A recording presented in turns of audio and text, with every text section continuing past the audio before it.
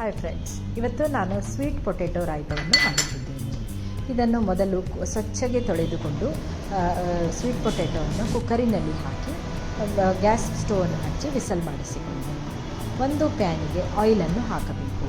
Oil ಸ್ವಲ್ಪ ಹೀಟಾದ ನಂತರ ಅದಕ್ಕೆ ಸ್ವಲ್ಪ ಸಾಸಿವೆಯನ್ನು ಹಾಕಬೇಕು.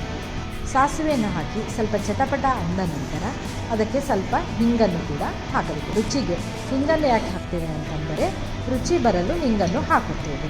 ಹಿಂಗನ್ನು ಹಾಕಿ ಮತ್ತೆ ಚಟಪಟ ಅಂದ ನಂತರ ಕಟ್ಟು ಮಾಡಿಕೊಂಡ ಹಸಿಮೆಣಸಿನಕಾಯಿಯನ್ನು ಇದಕ್ಕೆ ಆ್ಯಡ್ ಮಾಡಬೇಕು.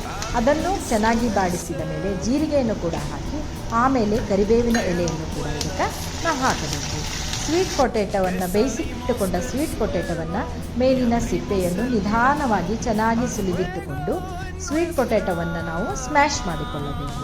ಸ್ಮ್ಯಾಶ್ ಮಾಡಿದ ನಂತರ ಏನಾಗುತ್ತದೆ ಅಂದರೆ ಸ್ವೀಟ್ ಪೊಟೆಟೊ ಸ್ಮ್ಯಾಶ್ ಮಾಡಿಕೊಂಡ ನಂತರ ಚೆನ್ನಾಗಿ ಇದನ್ನು ಮಾಡಿ ಅದಕ್ಕೆ ನಾವು ಸ್ವಲ್ಪ ಸ್ವೀಟ್ ಪೊಟೆಟೊಗೆ ಸ್ವಲ್ಪ ತುರಿದ ಕೊಬ್ಬರಿ, ಆಮೇಲೆ ಸ್ವಲ್ಪ ಒಗ್ಗರಣೆ ಕಾಸಿಟ್ಟುಕೊಂಡ ಒಗ್ಗರಣೆ ಮತ್ತು ಸ್ವಲ್ಪ ಇದು ಮೊಸರನ್ನು ಕೂಡ ಇದಕ್ಕೆ ಹಾಕಿ ಚೆನ್ನಾಗಿ ಕಲಿಸುತ್ತಾ ಇರಬೇಕು.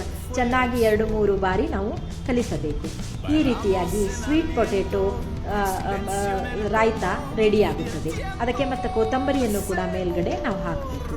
ಇದು ಅನ್ನ ಅಥವಾ ಚಪಾತಿ ಜೊತೆಗೆ, ರೊಟ್ಟಿ ಜೊತೆಗೆ, ರಾಗಿ ರೊಟ್ಟಿ ಜೊತೆಗೆ ನಾವು ಇದನ್ನು ಸರ್ವ್ ಮಾಡಬಹುದು. ಮೊಸರನ್ನು ಭಾಳ ಚೆನ್ನಾಗಿ ಹಾಕಬೇಕು, ಯಾಕಂದರೆ ಮೊಸರು ಬೇಗನೆ ಹೀರಿಕೊಳ್ಳುತ್ತದೆ.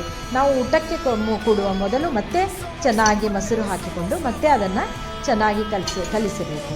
ಅದಕ್ಕೆ ಮಾಡಿಸಿಕೊಂಡು ಒಗ್ಗರಣೆಯನ್ನು ಕೂಡ ಹಾಕಿ ಚೆನ್ನಾಗಿ ರಾಯ್ತವನ್ನು ರೆಡಿ ಮಾಡಿಕೊಳ್ಳಿ. ಈ ರೀತಿ ಸ್ವೀಟ್ ಪೊಟೆಟೊ ರಾಯ್ತ ರೆಡಿ ಆಗುತ್ತದೆ. ಗೆಣಸು ಕನ್ನಡದಲ್ಲಿ ಗೆಣಸು ಅಂತಾರೆ, ಇಂಗ್ಲೀಷ್ನಲ್ಲಿ ಸ್ವೀಟ್ ಪೊಟೆಟೊ ಅಂತಾರೆ. ಈ ರೀತಿ